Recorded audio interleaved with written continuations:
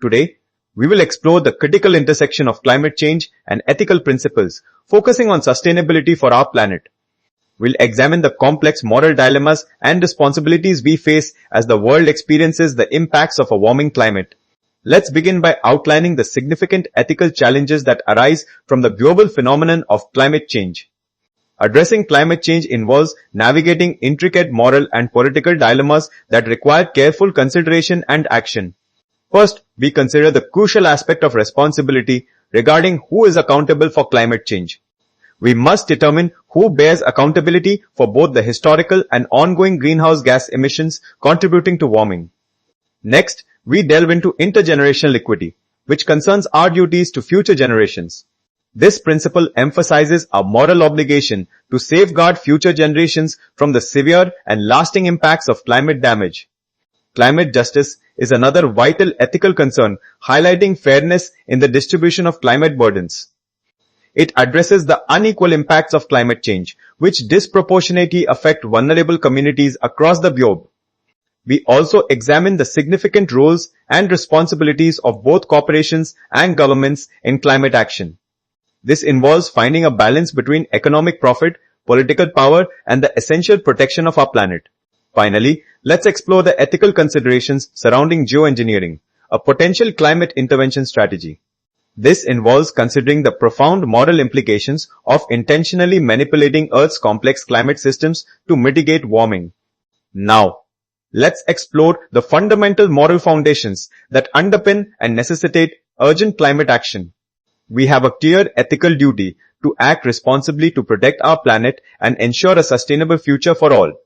Our first moral foundation is planet responsibility, recognizing our role as stewards of the Earth. This means ensuring a healthy and livable planet that can sustain all forms of life, both human and natural. Next, we have a moral obligation to protect the vulnerable populations most affected by climate change.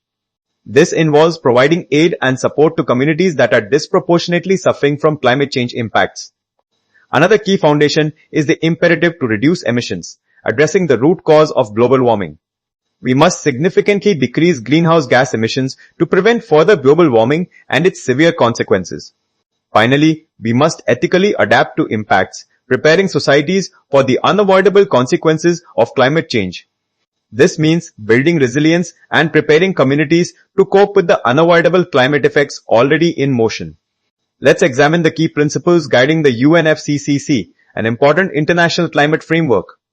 The principle of common but differentiated responsibilities, or CBDR, recognizes varied historical contributions to emissions. Equity and climate justice ensure fairness in global climate policies, especially for developing nations. The precautionary principle encourages taking action to prevent harm, even when scientific certainty is not complete. Now, we will outline the key commitments established under the landmark Paris Agreement.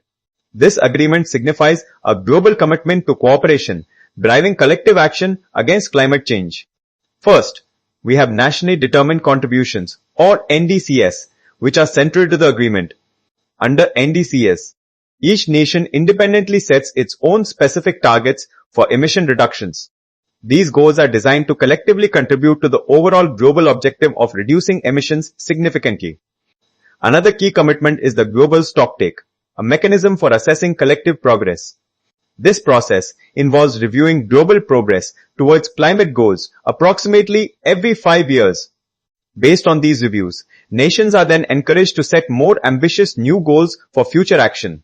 Climate finance is a crucial component, addressing the financial needs of developing countries. Developed nations have pledged to provide substantial funding to support global climate initiatives.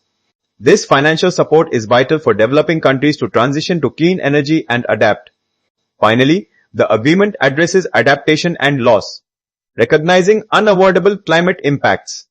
It aims to help vulnerable nations build resilience and cope with the severe effects of climate change. This support is essential for communities to effectively cope with and recover from climate impacts.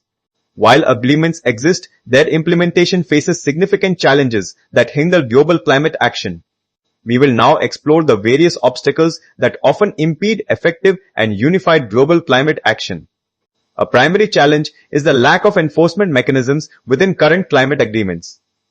There are often no formal penalties for nations that fail to meet their committed emission reduction targets. The voluntary nature of many commitments can lead to weaker actions and insufficient progress.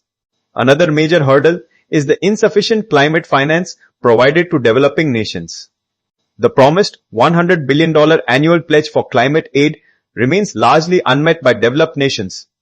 Consequently, developing nations often lack the necessary financial and technical support for climate action. The long-standing divide between developed and developing nations poses further implementation challenges. There are persistent disagreements regarding who bears greater responsibility for historical and ongoing emissions. This often results in unequal burden sharing, where vulnerable nations suffer disproportionately from climate impacts. Corporate influence also presents a significant challenge to effective climate policy development. Powerful fossil fuel lobbying efforts frequently hinder the adoption of stronger, more ambitious climate policies. Unfortunately, short-term profit motives often take precedence over long-term environmental sustainability and climate action. Let's now explore the crucial concept of climate justice in greater detail. This framework aims to address the unequal burden of climate change, ensuring fairness and equity for all. So, what exactly do we mean when we talk about climate justice? Climate justice fundamentally links the impacts of climate change to broader issues of human rights. It focuses on achieving equity and acknowledging the historical responsibility for global emissions. This concept highlights that the burden of climate change often falls unfairly on those who contributed the least. Now, let's consider the historical responsibility for contributing to climate change. Developed nations were the first to industrialize, driving economic growth through significant emissions. Over centuries, these nations emitted vast quantities of greenhouse gases into the atmosphere. Today, these same nations possess substantial wealth and advanced technology to address climate change. Let's turn our attention to the disproportionate impact of climate change on vulnerable regions. Unfortunately, developing nations disproportionately suffer the most severe consequences of a warming world. They frequently face devastating droughts, severe floods, and dangerous sea level rise, threatening livelihoods. Moreover, these nations often lack the necessary funds and resources for effective adaptation strategies. Now, let us consider the specific responsibilities of developed nations in addressing climate change. Developed nations must commit to making stronger, more ambitious emission cuts to lead global efforts. They should also provide substantial climate finance aid to assist developing countries in their transitions. Facilitating technology transfer is crucial, sharing clean energy innovations with less developed economies. Furthermore, developed nations bear a responsibility to support and resettle climate refugees displaced by environmental crises. Finally, ending fossil fuel subsidies is essential to accelerate the global shift towards renewable energy sources. Let's specifically examine the disproportionate climate impact experienced by many developing nations. These nations are often highly vulnerable to extreme weather events and the devastating effects of sea level rise. Their economies frequently depend on climate-sensitive agriculture, making them highly susceptible to environmental shifts. They also possess limited financial resources, hindering their ability to adapt and recover from climate disasters. Despite these impacts, these countries contribute minimally to the overall global greenhouse gas emissions. Now, let's discuss how we can strengthen climate justice for a more equitable future. We will explore practical pathways to achieve a fair, just, and sustainable future for everyone. First, governments must enforce stricter emission controls to reduce greenhouse gases effectively and rapidly. It is crucial to increase climate finance pledges, ensuring adequate support for vulnerable nations. Next, strengthening accountability is key to ensuring commitments are met and responsibilities are upheld. We must hold corporations responsible for their environmental impact and ensure they adopt sustainable practices. It is vital to ensure fair burden sharing, so the costs and efforts are equitably distributed. Finally, global cooperation is indispensable for effective climate action and achieving justice. We need to strengthen international agreements, fostering collective action and shared commitment among nations. Promoting technology transfer allows developing nations to access and implement clean energy solutions. To conclude, let's recap the main points from our discussion on climate ethics and sustainability.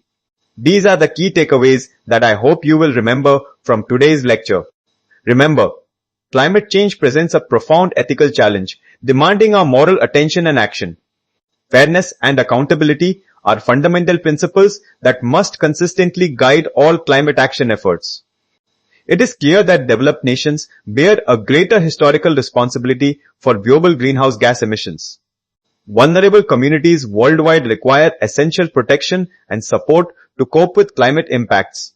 International cooperation is absolutely vital for developing and implementing effective, long-lasting climate solutions. Ultimately, ethical decision-making will ensure we build a just and sustainable future for generations to come.